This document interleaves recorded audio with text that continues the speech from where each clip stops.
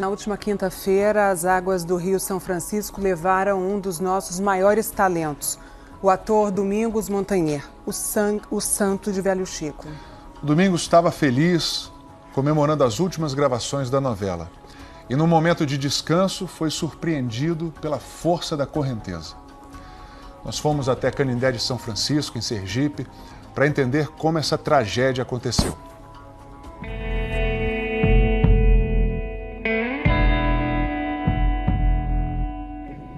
Na oração que diz a terra. No sertão alagoano, a última cena. Domingos Montanher ao lado de Camila Pitanga e Gabriel Leone. Que a vida é emprestada, estado. Foi uma sequência de 3 cenas, uma gravação bem rápida. Eles começaram meio-dia e saíram daqui 1 da tarde. Para o casal protagonista da novela, era o fim das gravações externas na região. Foram meses de contato com o Velho Chico, pertinho de paisagens deslumbrantes. Domingos e Camila queriam se despedir do Rio. Assim que as câmeras foram desligadas, partiram para a estrada. Destino: Canindé de São Francisco, Sergipe, onde a equipe estava hospedada. A foto tirada na saída do hotel mostra a Camila de vestido, Domingos de bermuda e camiseta. Foi feita pouco antes deles entrarem na água. O motorista que estava com os 2 atores preferiu não dar entrevista, mas conversou com a gente por telefone e deu detalhes do que aconteceu naquele dia. Ele disse que trouxe Domingos Montanher e Camila Pitanga para cá, estacionou o carro bem aqui e todos desceram por aquela rampa. Chegaram a uma região conhecida como Prainha. O motorista contou que se ofereceu para perguntar aos moradores qual era o local mais seguro para entrar no rio. O motorista ficou na areia observando os atores. Ele disse que a Camila e o Domingos foram até a pedra, onde estão aquelas pessoas, mergulharam, nadaram por apenas alguns metros e começaram a ser puxados pela correnteza. Eles foram arrastados até aquelas pedras que estão lá atrás. Camila conseguiu se agarrar em uma pedra, Domingos não. Quer dizer, eu não vou conseguir, Camila, eu estou cansando, e nadava e não conseguia. Ela me narra que tentou ainda ajudá-lo, gritando, mandando ele se acalmar. A Gabriela, que estava trabalhando neste bar a 500 metros de distância, ouviu.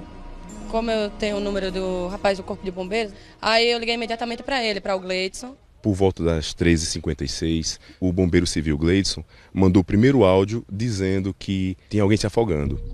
Pessoal, ligaram para mim agora da beira do rio, aqui da prainha agora aqui, pedindo ajuda para me salvar um cara que estava morrendo afogado. O motorista correu para a estrada pedir ajuda, parando os carros que passavam, bem perto do bar de Gabriela. Olha o Santos da novela que está se afogando. A gente precisa de socorro.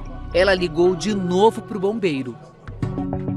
Informação da pessoa ligou para mim, ó, que a pessoa que se afogou lá é o Santos da novela. Júnior estava perto e pulou na água. Eu vi ela desesperada na pedra, né? Aí depois eu saí andando por cima para ver se eu encontrava ele, mas nada, né? O bombeiro Gleidson chegou cerca de 15 minutos depois dos primeiros pedidos de socorro. Domingos Montanher já estava desaparecido. Nestas imagens dá para ver o desespero de Camila Pitanga nas pedras. Barcos, helicópteros e mergulhadores começaram as buscas. A atriz acompanhou os primeiros trabalhos. 6 da tarde, mais de 4 horas depois, o corpo de Domingos foi localizado a 18 metros de profundidade. O bombeiro mergulhador Sinério foi quem o encontrou. Nós topamos em 2 pedras e aí ele estava entre as 2 pedras. Sinério conhece bem a área e nem ele, mergulhador profissional, gosta de entrar ali. Até os mergulhadores temem aquela região. Tem tipo redemoinhos. Além disso, tem outro fator que aumenta o risco: a presença da usina hidrelétrica de Xingó. Este professor de geologia, uma das maiores autoridades do país no Rio São Francisco, explica. A hidrelétrica de Xingó se comporta como sendo uma nova nascente do Rio São Francisco. O rio, as águas que saem da barragem saem com muita força e, consequentemente, também aumenta o círculo das águas, os redemoinhos que levam para baixo. Fomos até perto da pedra onde Camila pediu socorro, seguindo esta trilha usada por pescadores. tem um vão aqui no meio. E nesse vão, a gente percebe que há uma movimentação maior da água. Onde ele foi encontrado, chamam de Garganta do Rio, certo? Por ser um local muito estreito e a correnteza muito forte. De barco, chegamos até o ponto exato onde tudo aconteceu. Dá para perceber a força da correnteza. O barco está desligado e olha só como a gente está se movimentando em relação à pedra. Dá para ver também a formação dos redemoinhos. A água fica rodando ali, ó. Enquanto eu estava sentada no barco, aguardando as buscas dos bombeiros, Camila Pitanga aparece fazendo um sinal com a mão. Parece o movimento de um redemoinho. Olha como a correnteza é forte aqui nesse ponto, a água fica rodando em círculo mesmo. Eles são bem comuns por aqui, porque o fundo do rio é cheio de buracos e pedras, como explica este especialista. A corrente principal, ela vai sendo barrada ao longo do rio.